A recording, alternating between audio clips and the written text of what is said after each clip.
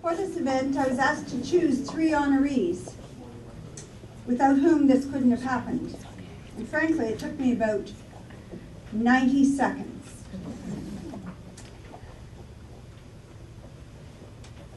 None of these special people want to be honored, frankly.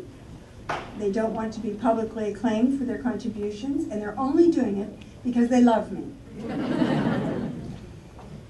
It is with great pleasure that we honor them tonight, and so for supporting such an improbable dream for a woman who had no experience in international development. I invite you to come forward, please, all of you. Come to the stage. In your programs, these lovely programs, there's a message, a page on each of the honorees. And I will speak of them in the order of their contribution to help Lesotho. Sister Alice, when she left Ottawa, we'd become very good friends, and I did not intend to go to Lesotho, actually. But I realized in March of 2004 that I would have some time, and I wrote her and said, shall I come? My literacy skills are quite good, and I thought I could be of some use. And she deviously planned an unbelievable trip for me, including a visit with His Majesty and speaking at the National University and such. But I didn't actually have the travel points. It's 100,000, or 100,000 to go to Africa. It's a lot. And I just happened to be mentioning this one day to Campbell, that I thought I would go to Lesotho, but I was not going to because I didn't have the travel points, and I had 3 children in university. And right there, on the spot, he wrote a check. So if you'd like to see him afterwards, we have a trip. And he actually paid for my first trip, and I don't think I would have gone.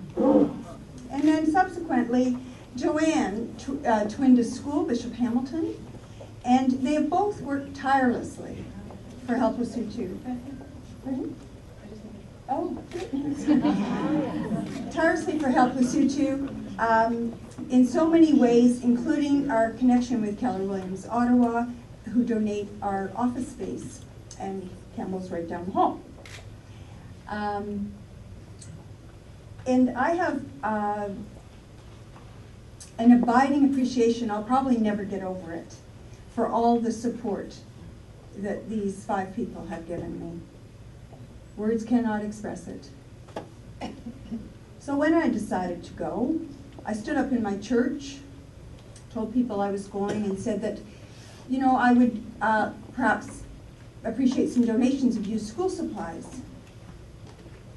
I don't remember what I said particularly, but afterwards, Kathleen Lauder, who has a 30-year experience in international development, walked up to me and said, "You're nuts. You have no experience, and I've never seen one person take on a country with, I need to help you."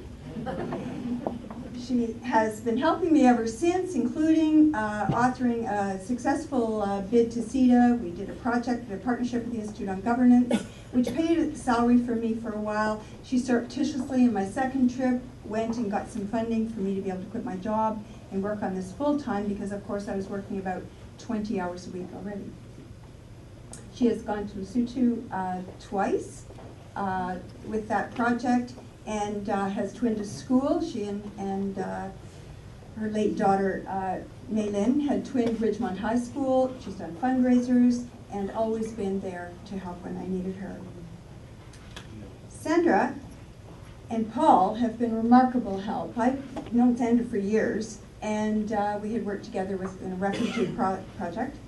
And she was in the first group that went to Lesotho, first group of volunteers. And we had no organization. We had no staff, we had no office. We didn't have anything, in fact. And she went and talked to the orphans and then wrote the sponsors. And Paul has been drawn into this in his enormous height, I was going to say lock, stock, and barrel. And they've been so gracious and kind to me. They house me and feed me when I'm in Toronto. They love me when I'm tired. They're always there. And I remember sitting with them over breakfast one day, telling them that the hardest thing I would have trouble raising money for was this building in Lesotho to have our offices for our orphans, grandmothers, and schools, because people don't want to give to those kinds of things. They want to give to children. They want to give to people. And I had no place to work. So 6 months later, I got this email from Paul. I remember that conversation, and I was wondering if you needed some help. And he has helped us raise money for that project, and it's going to be finished in about a month, I think. We're hoping to move in by the end of January. It's a huge project, and bless his heart, I will think of him every day when I go in there.